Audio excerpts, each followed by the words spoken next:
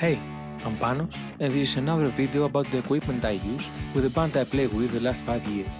I exclusively use in-ear monitoring, and as you may know, guitar sounds a bit sterile in mono, without any ambience. A touch of stereo reverb and stereo effects make things more natural. So this year, I decided to build a stereo wet-dry-wet rig to take my direct thumb simulating pedalboard to the next level. But first, let me start with the guitar I use. Well, not much changed since last year.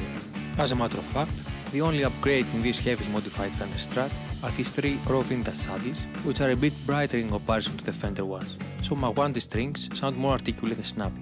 For more information about the transformation of this Strat in the last few years, check out my previous rig rundowns. Okay, now let's move on to my new pedalboard. As you can see, I migrated back to my large pedal train 3 and the Gig Rig QMX4 system. I also built another very compact pedalboard for fly gigs, but that's a story for another video. The concept in this large setup is that the signal is split after the drive pedals, so the one side goes to the main amp emulator with a stereo reverb, while the other goes in parallel to the stereo delay in dry kill mode, which feeds 2 other amp emulators. This way, I have a guitar sound with stereo ambience in the center and stereo delays on the sides. But let's start from the first pedal in the chain. These are an RMC10 wah and a Polytune 2, which leads us to this Wobbler Tunus that I use as a buffer and a boost. Next, there is the QMX4 from the Gig Rig, which is a 4-way true bypass switcher in flip-flop mode. So, let's see what's in every loop. In the first loop, there are only 2 pedals, this Wampler Mini Ego compressor and this Kingsley Maiden PF. I chose this compressor mainly because of its size and the blend mode, plus it sounds very good. I like just a touch of compression parallel to the dry signal, so the blend function was a must. The Maiden PF is a black-face Fender tube preamplifier in a pedal format that provides the EQ controls and a touch of breakup. I use the compressor in conjunction with the Maiden as my clean sound. Alternatively, I use the Wampler Tumnus into the Maiden with the Mini Ego off for a different flavor. Tumnus is dialed for an almost clean sound and adds girth to the note. I'll demonstrate these sounds later. Now, in the second loop, there is only this low gain overdrive called Fijo. This pedal gives me my low gain sound, which of course I can boost with Tumnus for extra gain. I power it with 12 volts as I like it more this way. In the third loop, there is this Moar Tender Octaver Mark I, a micro poke low, which leads us to the Feto Maximus by Himmelstrunz. This is my medium gain sound. I boost it with its own clean booster or with the Tumnus, mainly for leads. After Feto is this Procorat, which I use for vintage high gain sounds. Sometimes I use it in conjunction with the Tender Octaver for fat monophonic lines or stacked with Feto for out of control distortion. Last in this loop is this Viagra Boost by Crazy Tube Circuits. It's a clean booster with a foot switchable parametric EQ that I use to boost the volume for solos. In the fourth loop is a modern high gain pedal, the Friedman BEOT, and the Spark by TC Electronic as a volume booster in solos. I've dialed down the internal gain trim of the BEOT in order to make it a bit more articulate and dynamic. Now, let's move on to the pedals after the QMX4. So, after the selected loop of the switcher, the signal gets split by this Shure buffer.